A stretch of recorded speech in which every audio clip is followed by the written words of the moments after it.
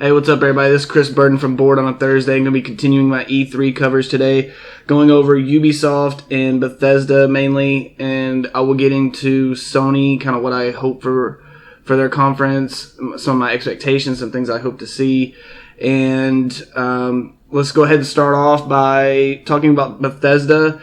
Bethesda started their conference last night at around midnight Central Time, which is my time zone, and I didn't stay up and watch it, and I'm glad I didn't, because I was not impressed when I watched it this afternoon.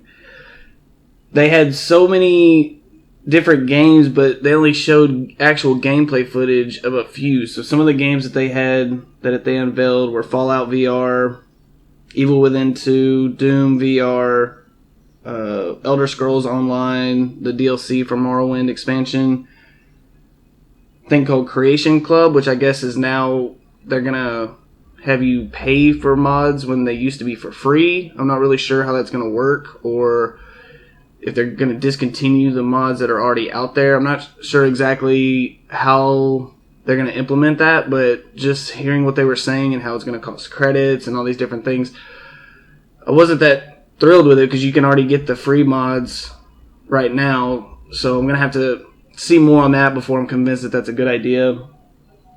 They've got DLC for Dishonored coming out, Quake, Wolfenstein, and I think that was about it. They had some other ones that I forgot to mention, but those are the main ones. And just starting off, gameplay footage that they showed off was only for a few games. So Fallout VR had some gameplay footage, not really actual people playing it, but like a montage of someone playing it. Quake, same thing. Wolfenstein, they had a little bit of gameplay, just montage. I was very kind of thrown off by the fact that they didn't have anybody on the stage playing any of these games, and some of these games come out pretty soon. Evil Within comes out in October. The Morrowind DLC is not too far off. I know they just had the expansion, so I was kind of surprised that they didn't show off actual people playing the game, real time. I just thought that was kind of a weird decision on their part. I wish that they would have done that and kind of shown off some of these things. The biggest thing I would assume for most people would be the Fallout VR. I'm not sold on the VR headsets. I think that, everything I've read about people playing Fallout that have tested it on the VR is that they become nauseous. They play it for a little bit and they become sick because of all the motion, having to move around, and it's just very disorienting. So that's kind of my thing on that. I guess the way I look at it is, how long are people going to be willing to put that, Fallout, you sit down and you play for hours, and you can just soak hours into this game on end, same way with Skyrim. But to have that thing on your head, how often or how long are you going to be willing to go through that, and how long are you going to be able to play in a setting without, taking a break or having to do different things to accommodate it, I guess. So the biggest thing for me on that is, how long are people going to be able to play through a playthrough? How is that going to work as far as, a game like Fallout, you could spend a couple of hours just walking around. So if I'm only going to be able to play 30 minutes of it, I'm going to have to kind of rush to the game to get to the stuff I want to do. And I don't like on the VR headsets where they don't show your hands. Like, they don't show your hands and arms. I just think that's kind of weird. Like you're just seeing a gun floating in the middle of the air. I think that's kind of odd. So I wish that they would just kind of have, where if I put up my left hand, I can see a hand. It's not necessarily my hand, but I can see a hand and an arm and different things like that. I was surprised that, it's like the Batman VR game for PlayStation that came out earlier in the year. Same thing. You had the Batman hands, but he didn't have any arms. And to me, it's just it kind of takes you out of the immersive feeling that you're supposed to get from a VR headset. So overall, I think everyone was kind of in agreement that Bethesda didn't really impress too much with their showing. I thought their whole thing with the Bethesda land, and I just thought it was kind of weird, and I didn't care for it too much. I mean, I'm excited for some of the games. Evil Within 2 looks, I think it'll be good. I like the original. I haven't played Dishonored 2, but I know a lot of people liked it, so the DLC, that's cool. But, some of these other games, I'm just not... It's not like when they released, or they announced Fallout 4, and I was hoping to see some kind of details about the next Elder Scrolls. Just something. When is it gonna... are they working on it? Are they... what's going on with that? I'm kind of surprised they haven't said anything about that. They did the Skyrim thing for the Switch, but they make that sound like that's a big deal. I mean, that game's been out for 5 years now? So for me, if I'm a Nintendo Switch owner, chances are I've probably already played Skyrim on a better version. So the version that I play Skyrim on is better than the one I'm going to get the Switch. So to me, that's just kind of, if you've only stuck with Nintendo your whole life, then yeah, it's cool. But I just don't know how many people have a Switch that haven't played Skyrim yet. So let's kind of switch gears and talk about somebody that I think had a really good conference, and that's Ubisoft. So my thing with Ubisoft is they've always had really good games. They've always had games that I thought were, took chances, games that were different. Rainbow Six Siege, I think, is one of the best pure shooters out there. It's just the connection problems that you have and all the glitches. It's unplayable at times. And the problem with Ubisoft games is their servers are so bad. They're the worst of all the big companies out there. Theirs are the worst, and they never seem to want to put in the time to fix them or the money. And I think that hurts their overall product. I mean, Rainbow Six, there's not another game like Siege. There's just not. And if they had their stuff together, first of all, if you play Rainbow Six, still, you'll kind of know some of the stuff I'm talking about.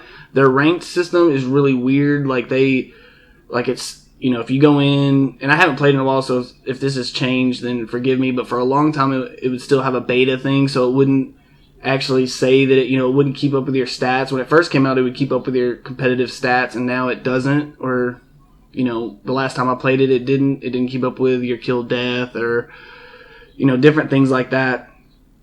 So, every time they take a big step forward, they always seem to, take a couple steps back, and I think that hurts them. But let's just go down some of the list of games that they announced. So, Assassin's Creed, which comes out in October.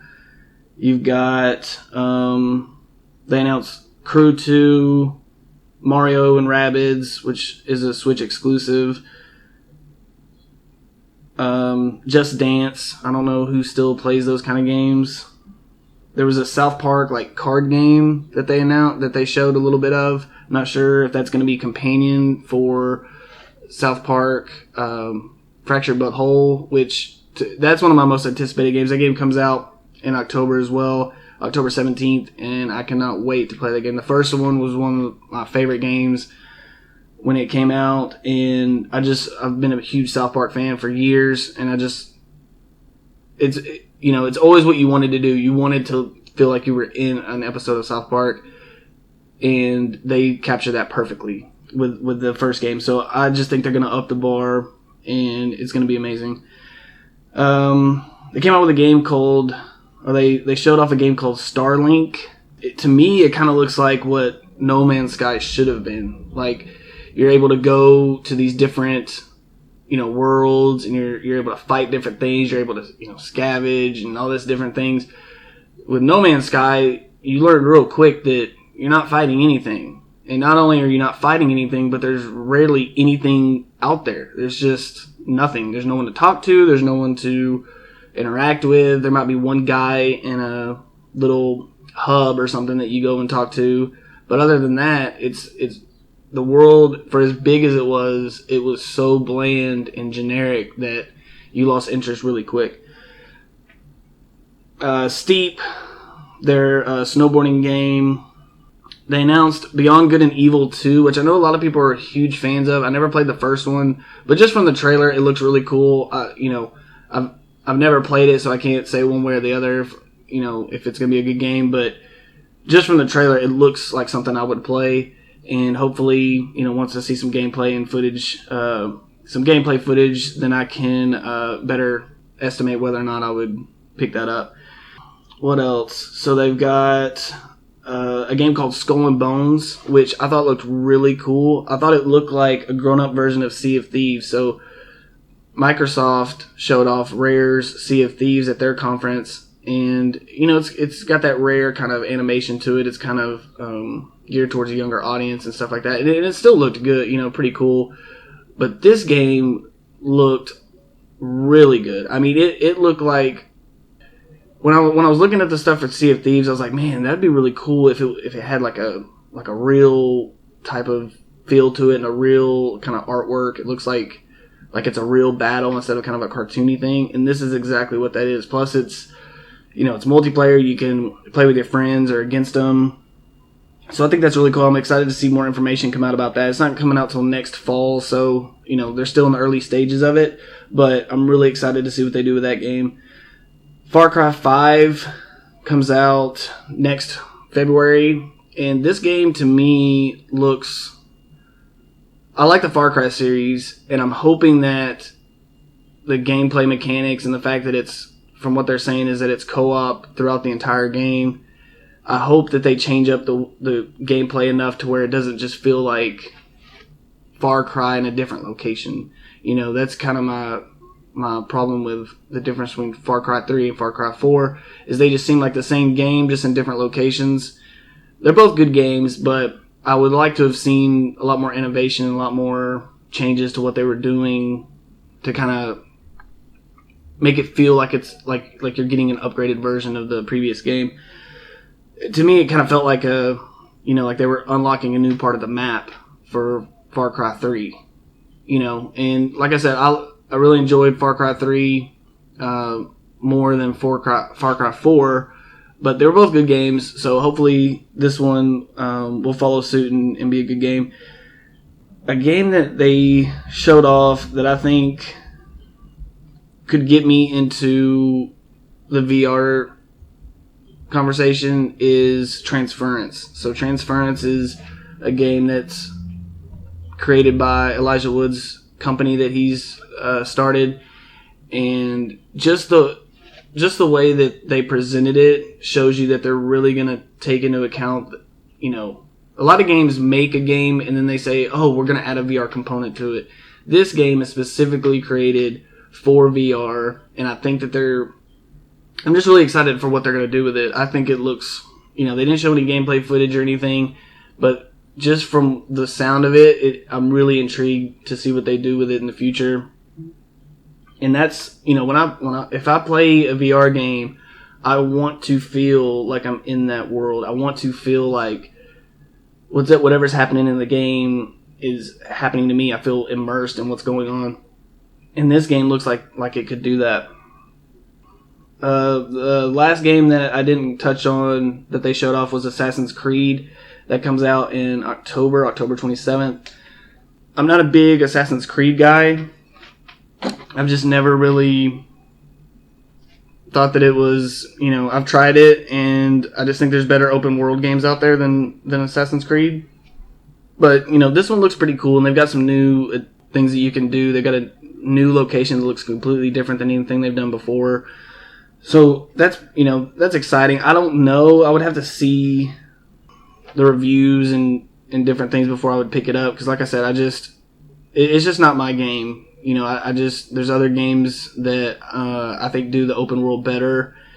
And typically when I play an Assassin's Creed game, I get pretty bored early on. It just kind of seems like you're doing all these little fetch quests and these things, and it takes a while to kind of really get going.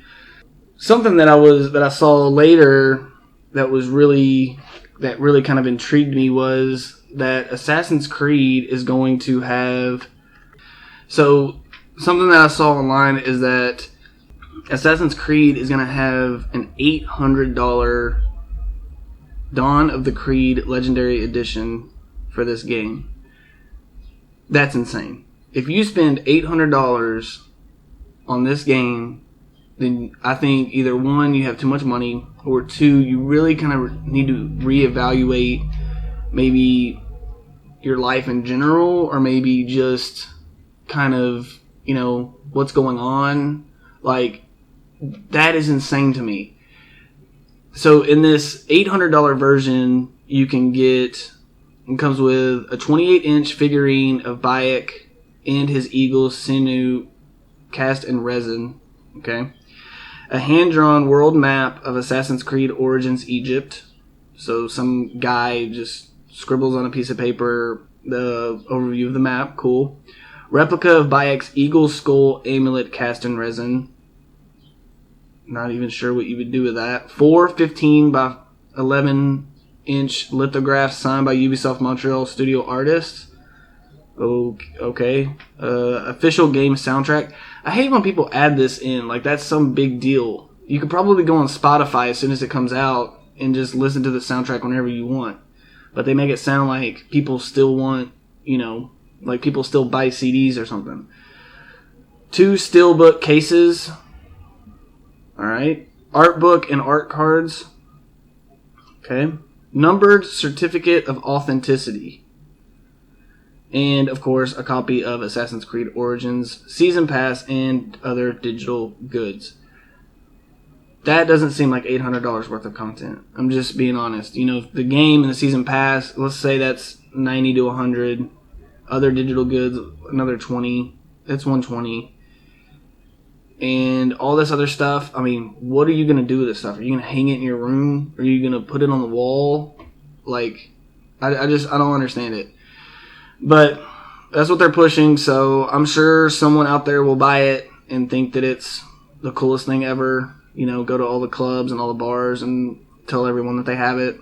So that was kind of Ubisoft's a rundown of Ubisoft's conference. The biggest thing with them is they need to, instead of making all these legendary editions, why don't you put some of that money into your servers so that way I can get into a siege match within 5 minutes without getting booted every other map.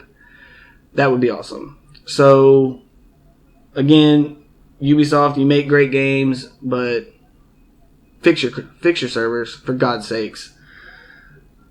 I would say that they had a way better conference than Bethesda. There's a lot more. I mean, just looking at off the top of my list, there's 5 or 6 games that I'm interested in. So, I'll be playing these games, hoping that that they're not as glitchy as some of their other offerings, but we'll see. So let's switch kind of gears a little bit and talk about Sony. Sony's press conference comes up in about an hour and a half, and just some of the things that I hope that they're going to show, some things I think they're gonna do. And first of all, God of War. God of War is one of my favorite all-time video game series.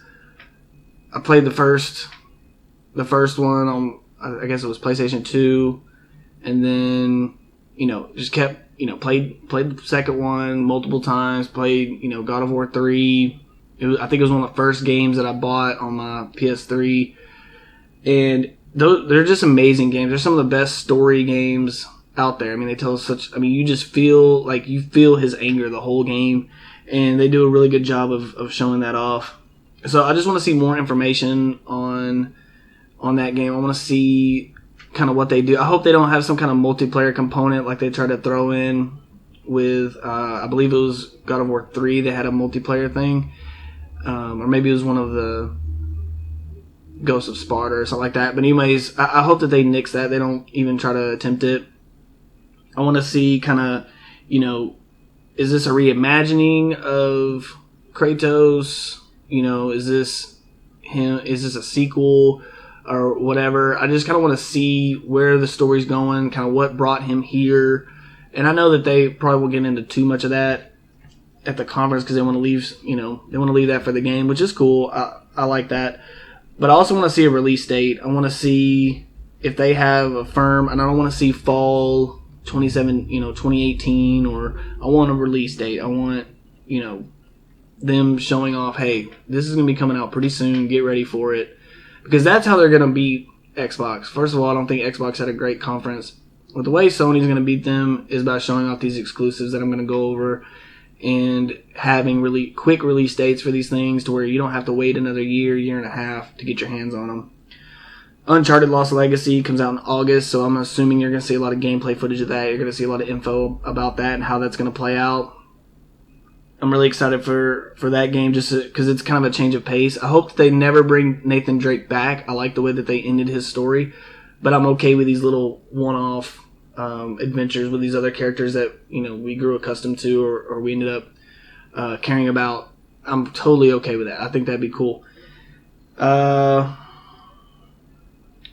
Spider-Man, there's a new Spider-Man game that's going to come out for PlayStation, and I'm pretty sure it's an exclusive. From what I'm hearing, they're going to show off a lot of gameplay footage, and just from what I've seen, it looks really cool. But again, that's another exclusive. I just named 3 exclusives right off the bat, and I'll name some more that they're going to have that are coming out pretty soon. They're not too far off.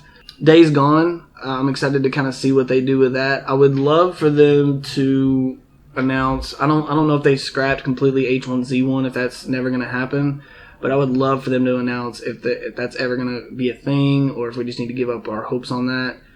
Give us some kind of State of Decay type game for PlayStation that's kind of the same mechanics and everything, and I'll be completely happy. I think that's what they're missing right now. Is they're missing a survival game where you work together in the vein of H1Z1, stuff like that.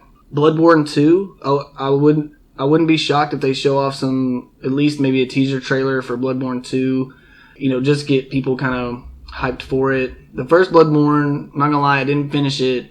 I really liked it, but man, is that game frustrating. I got to this one part where you go into this stupid chapel and this guy just runs up to you and he'll suck out your brains.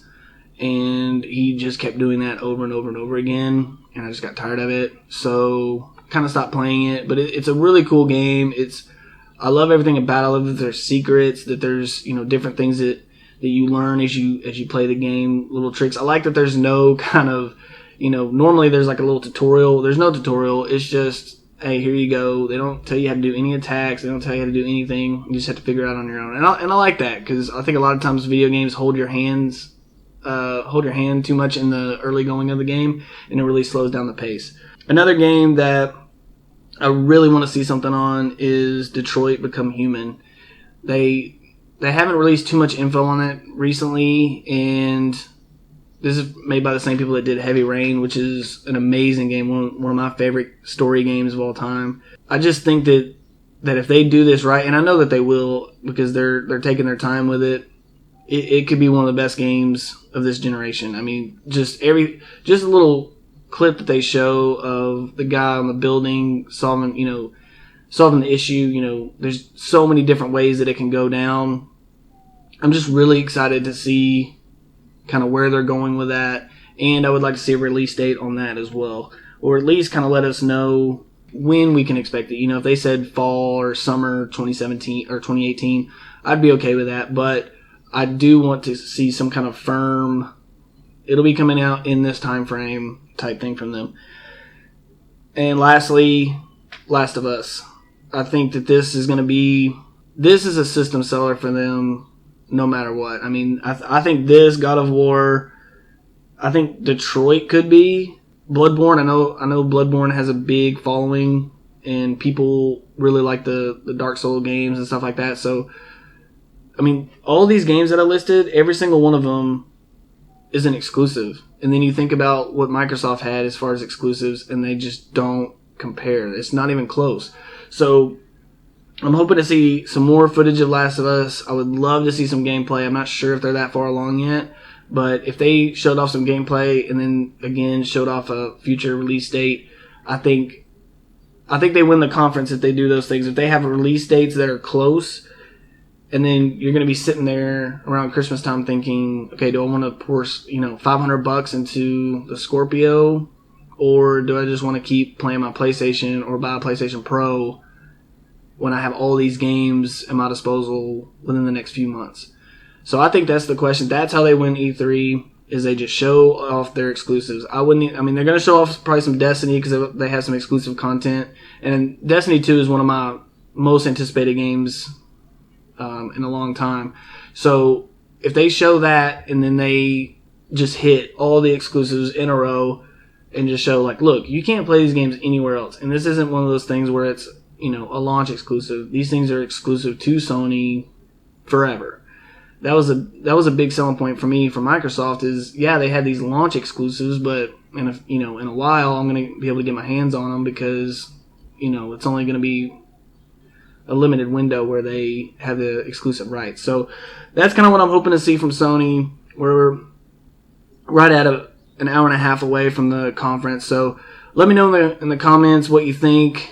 If you think I'm off base or if you agree with what I'm saying, let me know what some of the games you're looking forward to are. And I'll have a Sony review after their conference, hopefully tonight or maybe tomorrow morning. So again, thanks for taking the time to listen, and we'll see you next time.